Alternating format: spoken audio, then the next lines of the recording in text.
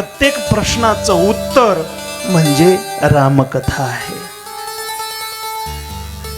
प्रपंचामध्ये कुठलाही प्रश्न निर्माण होऊ द्या, त्या प्रश्नाचं उत्तर रामकथेमध्ये आहे. रामकथा काय आहे असं म्हणाल तर संसारामध्ये त्रिविध तापाने तापलेल्या प्रत्येक जीवाला शांती देणारी कथा म्हणजे रामकथा आहे. रामकथा काय आहे असं विचाराल तर सांगेल ऐका ना, रामकथा म्हणजे जीवनातील दुःखाच्या वजाबाकीचं कारण आहे. पवित्र आणि गूढ असणारी ही कथा आपल्या जीवाचं कल्याण करणारी आहे. अशा गोड कथेचा प्रारंभ आज आपल्या गावामध्ये होतो आहे. तसं पाहिलं तर रामकथा सर्वांना माहीतच आहे ना. कोणाला माहित नाही? या मुलांना जरी विचारलं ना तरी ते रामकथा सांगतील. दशरथाचा मुलगा राम, भरत, शत्रुघ्न, लक्ष्मण, रामाची पत्नी सीता, रावणाने सीतेला घेऊन गेला, राम रावणाचं युद्ध झालं, रावण मारला गेला आणि रामचंद्र प्रभूजी सीतेला घेऊन पुन्हा अयोध्येमध्ये आले. माहित आहे ना रामायण.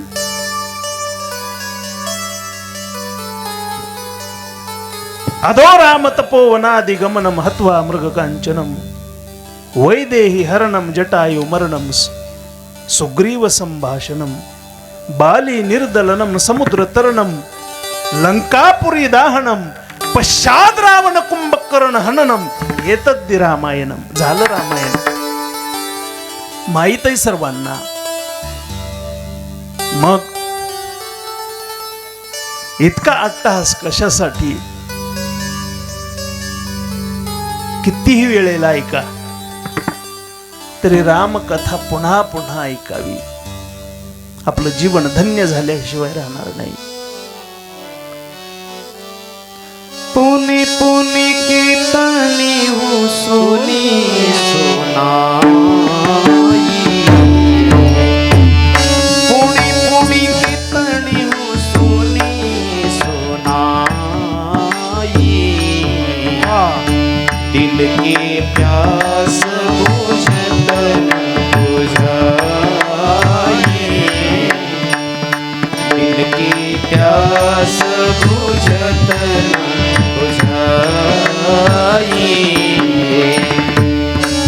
पुनि पुनि कितनी हो सुनी सुनाई, पुनि पुनि कितनी हो सुनी सुनाई, दिल की प्यास बुझत बुझाई, दिल की प्यास बुझत बुझाई.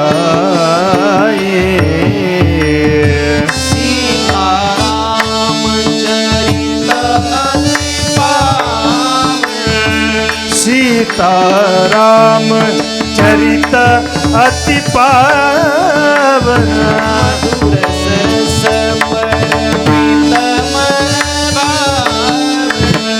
मधुर कीर्तन अति रस रस भावना. राम जय जय राम, श्री राम जय जय राम,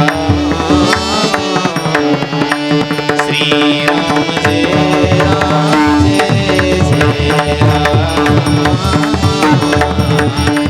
श्री राम जय राम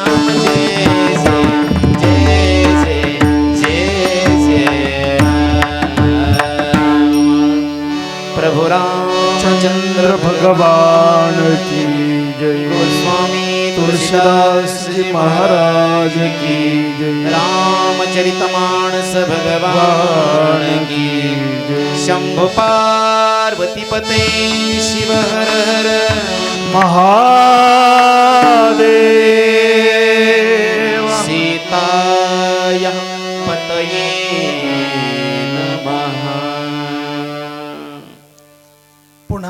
ऐका, पण ऐकतच राहावी अशी ही गोड आणि पवित्र कथा. रामकथा इतिहास नाही, तर प्रत्येकाच्या प्रपंचातील प्रश्नांची उत्तर असणारी ही कथा. बऱ्याच वेळेला असं असतं, विषय सांगण्यासाठी चांगला असतो, पण वक्ता अधिकारी नसतो. एक वक्ता व्यसनमुक्तीचं भाषण करण्यासाठी स्टेजवर आला. माणसाने दारू पिऊ नये, दारू पिण्याने मानसिक, शारीरिक, प्रापंचिक हानी होते, माणसाने दारू पिऊ नये. मी म्हटलं काय सुंदर बोलले हो दारूवर. खालचा एक जण म्हणला, महाराज याची 50 एकर घालवली आहे. विषय सुंदर आहे, पण वक्त्याचा अधिकार नाही. इथं थोडंच अनुभव आले अंगाने, ते या जगात येत असे. बऱ्याच वेळेला असं असतं, वक्ता चांगला असतो, पण विषय त्या योग्यतेचा नसतो. पण या ठिकाणी विषयही महत्वाचा आहे आणि सांगणारे गोस्वामी तुलसीदास. मर्यादा पुरुषोत्तम प्रभू रामचंद्रजींचं जीवन चरित्र आहे आणि सांगणारे परमहंस गोस्वामी तुलसीदासजी महाराज आहेत. गो प्रभू रामचंद्र भगवान की जय.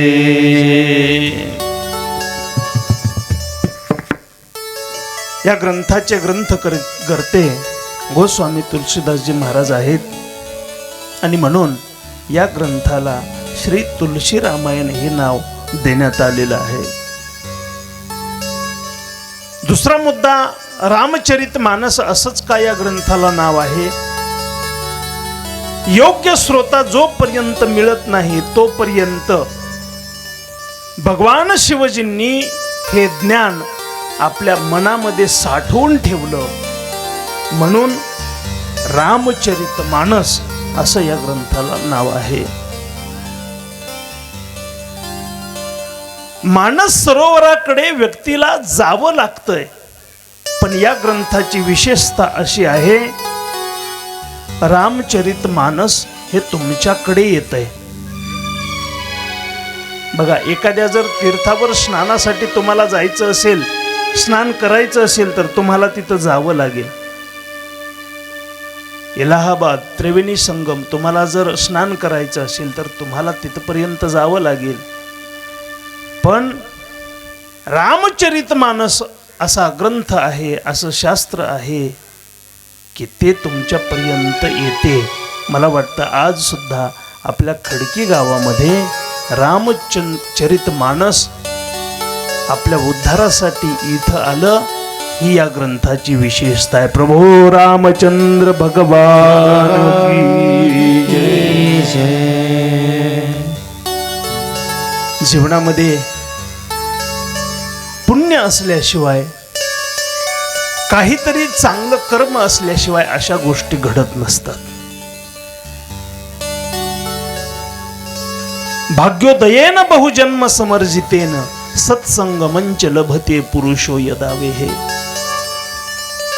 बघा, ज्याची भेट नको वाटते तो सकाळी उठल्याबरोबर रामराम घातल्याशिवाय राहत नाही, पण चांगल्या व्यक्तीची भेट होण्यासाठी तुम्हाला वाट पाहावी लागते.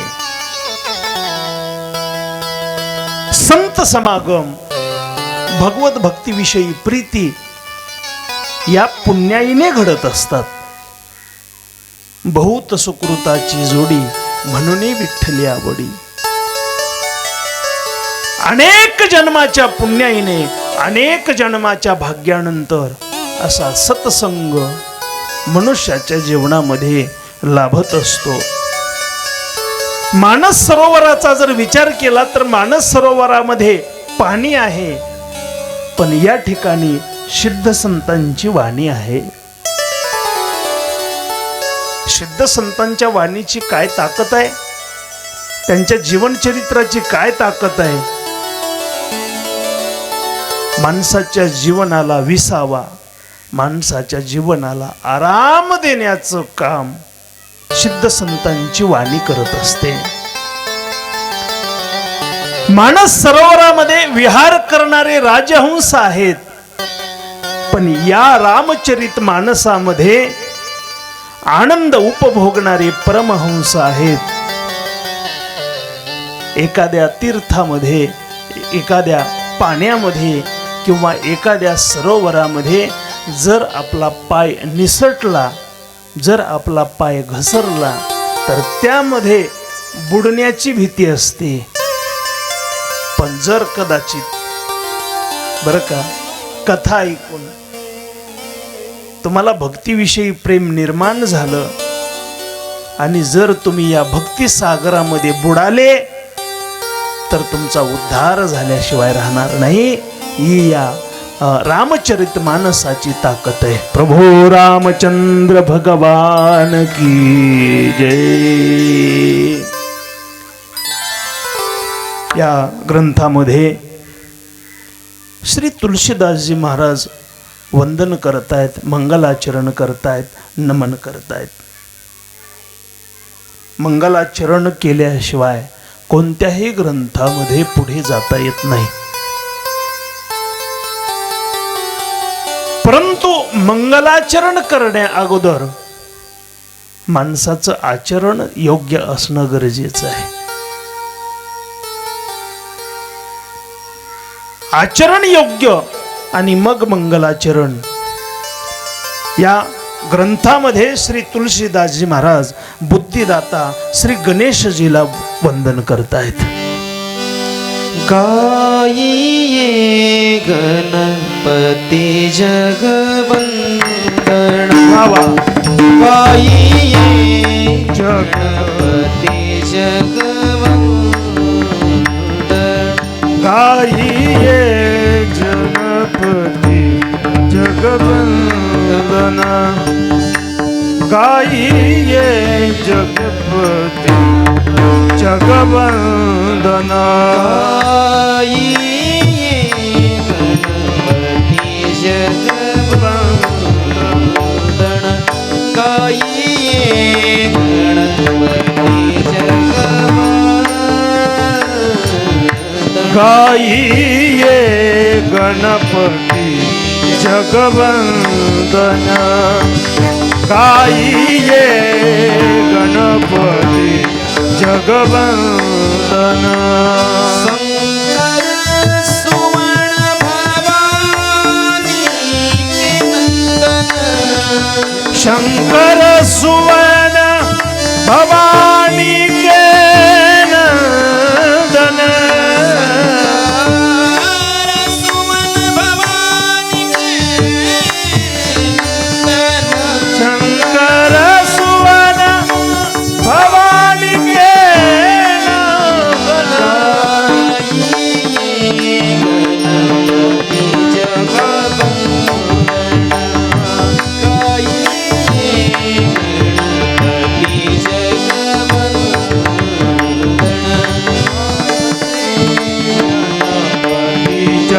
जगवंदन, गाइए जगपति जगवंदन.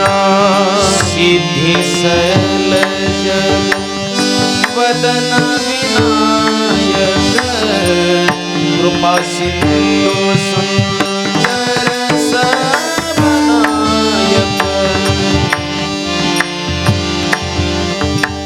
शंकर सुवन भवानी नंदन. जय हो.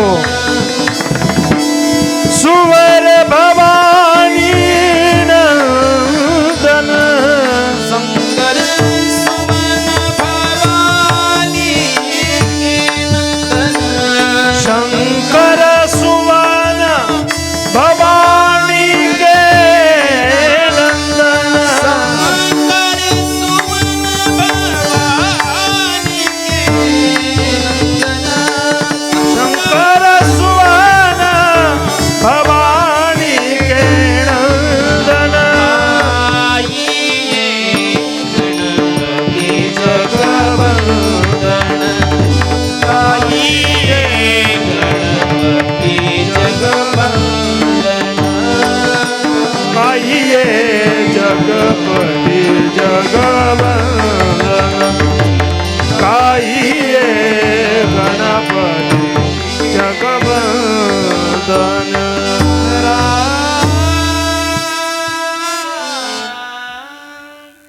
गणेशजीला वंदन करतायत.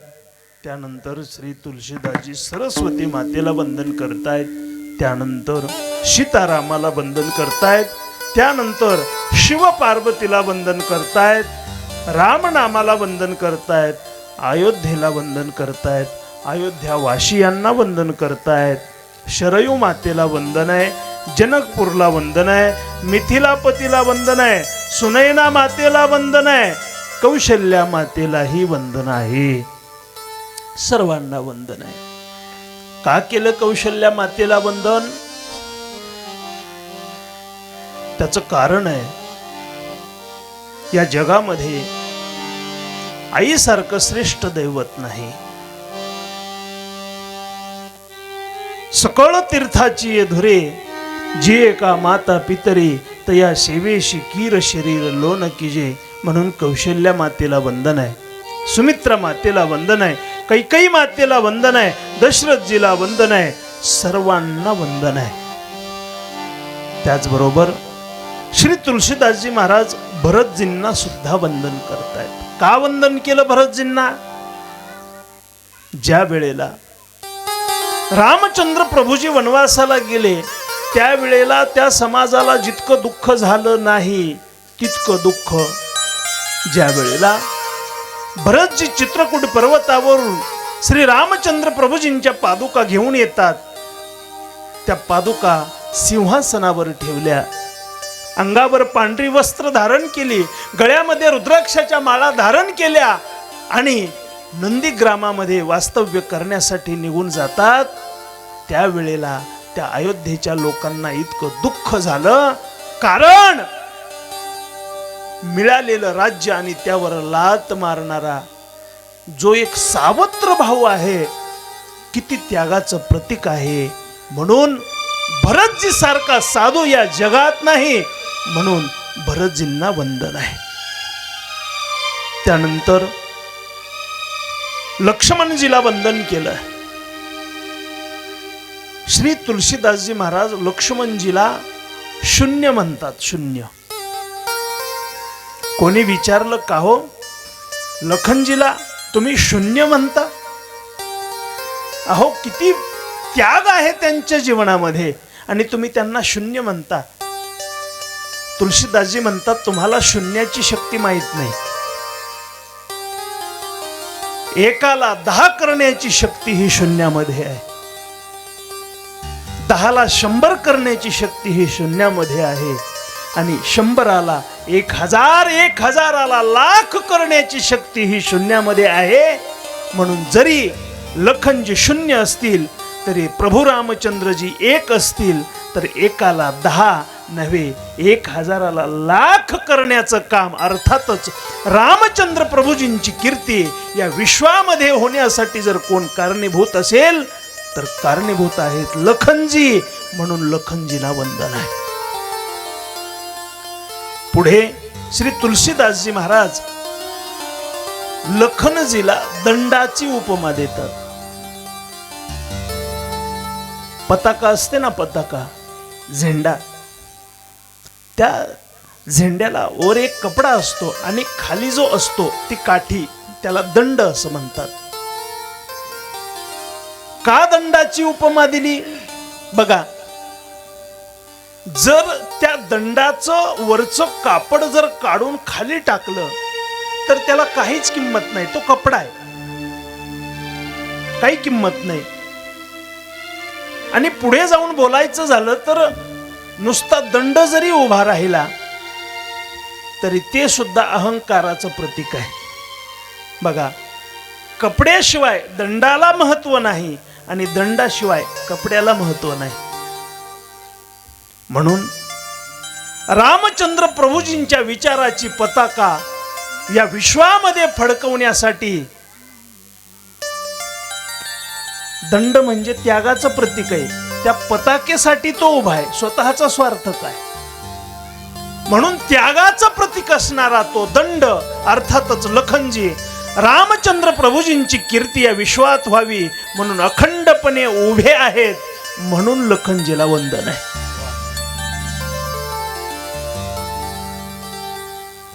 रामचंद्र प्रभूजी जर कमल आहेत आणि जर त्या कमलावर भ्रमण करणारे भ्रमर किंवा भुंगा जर भरतजी असतील तर त्या कमलाचं देठ लखनजी आहेत. एखाद्या वेळेला कमळ आणि भ्रमर वेगवेगळे राहू शकतील, पण कमळ आणि देठ कधीही वेगळं राहू शकत नाही. म्हणून पहा, रामचंद्र प्रभूजीसाठी नारी, निद्रा आणि भोजन याचा 14 वर्ष जर कोणी त्याग केला असेल तर ते माझे लखनजी आहेत. आणि म्हणून लखनजीला श्री तुलसीदासजी महाराज वंदन करतात. यानंतर शत्रुघ्नजीला वंदन केलेलं आहे. कोणी विचारलं, महाराज का म्हणून शत्रुघ्नजीला तुम्ही वंदन करता आणि आम्हाला सांगा. शत्रुघ्न असं काम शत्रुघ्नजींनी केलं म्हणून नाव शत्रुघ्न आहे. म्हणून अशा शत्रुघ्नजी महाराजांना श्री तुलसीदासजी महाराज वंदन करतायत. सर्वांना वंदन केलं. श्री तुलसीदासजी महाराजांचा एक नियम आहे, बिनु सत्संग न हरी कथा. कथा करायची आहे पण संतांची मांदियाळी असली पाहिजे. त्या सर्वांच्या संगतीमध्ये कथा करायची आहे. आणि म्हणूनच प्रयाग नावाचं तीर्थक्षेत्र आहे आणि त्या ठिकाणी भारद्वाज मुनी निवास करतायत. माघ मेळा आहे. अनेक संतांचे त्या निमित्ताने त्या ठिकाणी येणे जाणे आहे. गंगेचं स्नान होतं, त्रिवेणी संगमाचं स्नान होतं, विचाराचं आदान प्रदान होतं. आणि म्हणून त्या ठिकाणी सर्व संत महात्मे येत असतात. आणि त्या ठिकाणी त्या निमित्ताने याज्ञवल्क्यजी महाराज सुद्धा त्या ठिकाणी येतात. भारद्वाज मुनी बसहि प्रयाग, भारद्वाज मुनि बसहि प्रयाग, भारद्वाज मुनी बसहि प्रयाग, भारद्वाज मुनी बसहि प्रयाग. तिनहि राम बदनी अनुराग, तिनहि राम बदनी अनुराग, जिनहि राम पद अति अनुराग, जिनहि राम पद अति अनुराग. तापस समादम दया निधाना, तापस राम दम दया निधाना, समादम दया निधाना, तापस राम दम दया निधाना.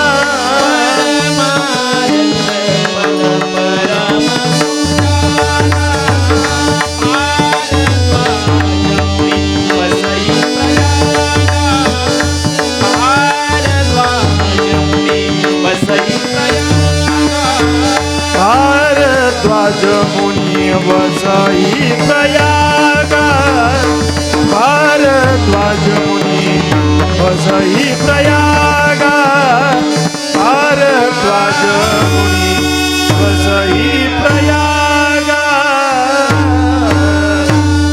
प्रभु रामचंद्र भगवान की. भारद्वाज मुनी त्या ठिकाणी येतात. त्या ठिकाणी याज्ञवल्क्यजी महाराज येतात. त्या ठिकाणी भारद्वाज मुनी त्यांना आसन देतात आणि स्वतः श्रोता म्हणून समोर बसतायत. आल्याबरोबर त्यांना एक प्रश्न विचारतात. एक प्रश्न विचारू म्हणे. श्रीमद भागवत कथा असेल किंवा रामकथा असेल, श्रीमद भागवत कथेमध्ये हजारो शौनकादी ऋषी बसलेले आहेत आणि तिथे सूतजी महाराज येतात. आल्याबरोबर त्यांनी त्यांना स्थान दिलं आणि लागलीच प्रश्न विचारला. इथे सुद्धा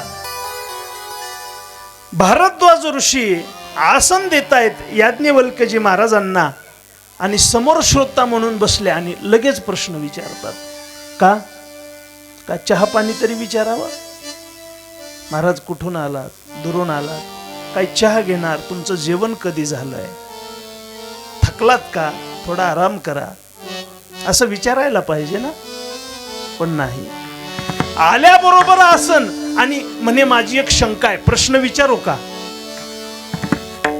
का बरं. नाथ एक संसहो बड मोरे करगत वेद तत्व सब तोरे श्रीराम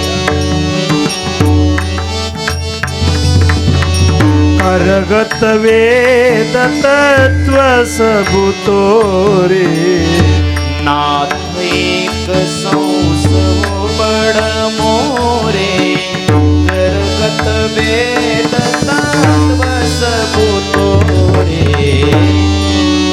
एक संशय बड मोरे करगत वेद तत्व सबुतो रे. कहत सो मोही लागत भयला सो मोही लागत भयला जा. सोन कहू बढुया मंगल भवन मंगल हारी प्रभु सुत शरद जिर बिहारी. मंगल भवन अमंगल हारी प्रभु सुत शरद जिर बिहारी. आल्याबरोबर आसन दिलं आणि प्रश्न विचारताय. त्याचं कारण असं आहे बघा. असं म्हणतात माणसाने जीवनामध्ये अन्नाचा कण आणि संत सहवासाचा क्षण वाया घालवू नये. का. अन्नाबद्दल बोलायचं ठरलं तर अन्न हे पूर्ण ब्रह्म आहे. आपण म्हणतो ना उदर भरण नो हे जाणी जे यज्ञ कर्म. अन्न म्हणजे परब्रह्म आहे, म्हणून अन्नाचा कण वाया घालवू नका. आणि 2, संत सहवासाचा क्षण जीवनात वाया घालवू नका. कारण बहुतेक संतांची भेट सहज शक्य होत नाही. चंद्रामृत सुखे सेववेल असता जाता रवी धरवेल बाह्य हेळा सागर तरवेल परी त्या साधूची भेटी न होईल गा. म्हणून नाहीतर बहुतेक जणांना संत भेटले व्यवहारातले प्रश्न विचारतात. महाराज सांगा माझ्या मुलाला नोकरी कधी लागेल. महाराज सांगा बरं माझ्या बोरसाठी पॉइंट सांगा एखादा. पाणी कुठं लागेल सांगा महाराज. आता असं म्हणायचं राहिलं नाही माझ्या मुलीसाठी स्थळ बघा. महाराज माझ्या मुलासाठी स्थळ पहा. हे उलट झालं. आता प्रत्येकाचे दिवस येत असतात. आता कथा म्हटल्यानंतर 7 दिवसात काहीच विषय राहणार नाही, प्रत्येक विषय येणार आहे. पण तरी सांगून जातो. असं म्हणतात जैसा कर्म करेगा इंसान वैसा फल देगा भगवान. ज्या स्त्री भ्रूण हत्या घडल्या ना त्याचं फळ आपण आज भोगतोय. घडल्या ना. कदाचित आज जी बाप माझ्या मुलासाठी मुलगी पाहिजे म्हणून फिरतायत ना, कदाचित त्यांच्याकडून सुद्धा हे पाप घडलं असेल. त्या कोवळ्या जीवानं म्हणावं बाबा ओ बाबा हे आई मला जन्म घेऊ दे. मला जन्माला यायचंय ना आई. आई मला मारू नकोस ना आई. मला जन्माला यायचंय. आई मारू नको मला जन्म घेऊ दे. आई मारू नको मला जन्म घेऊ दे. आई मारू नको ग मला जन्म घेऊ घेऊ दे. आई मारू नको ग मला जन्म घेऊ दे. आई मारू नको ग मला जन्म घेऊ दे. आई मारू नको ग मला जन्म घेऊ दे. आई मारू नको ग मला जन्म घेऊ दे. आई मारू नको ग मला जन्म घेऊ दे. आई नको सांभाळू मला तळहाताच्या फोडावानी. आई नको सांभाळू मला तळ हाताच्या फोडावानी. प्रत्येकाला सांभाळणारा तोची एक जगदाणी. प्रत्येकाला सांभाळणारा तोची एक जगदाणी. देवाची भक्ती करण्याची संधी मला येऊ दे. आई मारू नको ग मला जन्म घेऊ दे. आई मारू नको ग मला जन्म घेऊ दे. आई मारू नको ग मला जन्म घेऊ दे. आई मारू नको ग मला जन्म घेऊ दे. हे आई मला जन्माला यायचं. मी म्हणेल तो भाग्यवान आहे ज्याच्या पोटी मुलगी आली. अरे बेटा उसे कहते हैं जो बांट के लेता है. मुलगा तो आहे जो प्रॉपर्टी साठी भांडणं करतो. पण बापावर निस्वार्थ प्रेम करणारी जर कोण असेल तर ती माझी ताई आहे ना दादा.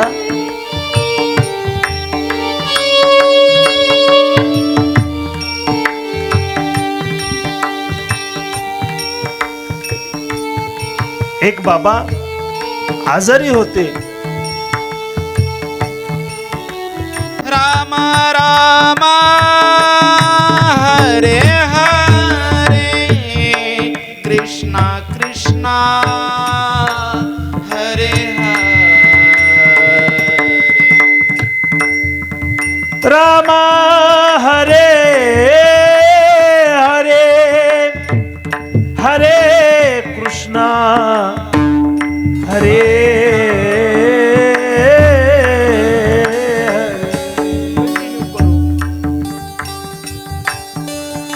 अरे भाग्यवान आहे तो बाप ज्याच्या पोटी मुलगी जन्माला आली.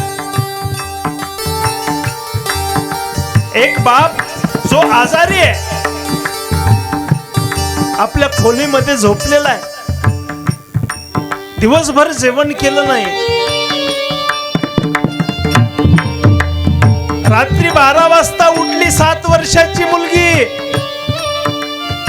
आपल्या बापाच्या खोलीत जाते आणि बाबाला उठवते. बाबा, ओ बाबा, बाबा खूप त्रास होतो का बाबा तुम्हाला? बाबा पाय चेपून देऊ का बाबा? बाबा हात चेपून देऊ का बाबा? बाबा डोक्याला औषध लावू का बाबा? बाबा काय करू सांगा ना बाबा? बाबा, बाबा तुम्ही आज दिवसभर जेवले नाही ना बाबा? बाबा थोडं जेवण करा ना बाबा? बाबा, बाबा तुम्ही औषध घेतलं का बाबा? बाबा उठा ना. ओ बाबा बोला ना बाबा. निस्वार्थ प्रेम आहे, काही अपेक्षा नाही, काही देऊ नका. अरे माझी ताई नांदायला गेली ना, नांदायला घार हिंडे आकाशी आणि तिचे चित्त पिलापाशी. फोन करते भावाला, दादा, ए दादा बाबांना बीपी आहे रे, बाबांनी गोळ्या घेतल्या का? बाबांना वेळेवर जेवण घालत जा, बाबांची काळजी घे, त्यांना दवाखान्यात घेऊन जा. कोण काळजी करते? माझी ताई काळजी करते. हो. आणि म्हणून या जगाच्या पाठीवर माय बापावर निस्वार्थ प्रेम जर कोण करते तर माझी ताई करते. ती मुलगी म्हणते फल देगा भगवान. या जगाच्या पाठीवर प्रेम करणारी एकच मूर्ती आहे आणि ती म्हणजे स्त्री आहे. ऐका, जोपर्यंत लहान आहे तोपर्यंत मुलगी म्हणून माय बापावर आणि भावावर प्रेम करते. लग्न झालं,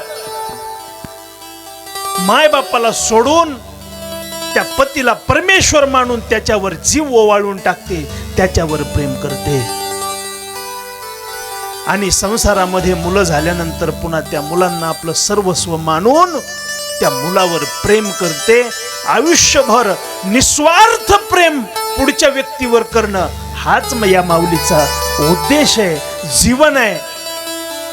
आपण त्यांचा पुरस्कार करा, तिरस्कार नको दादा.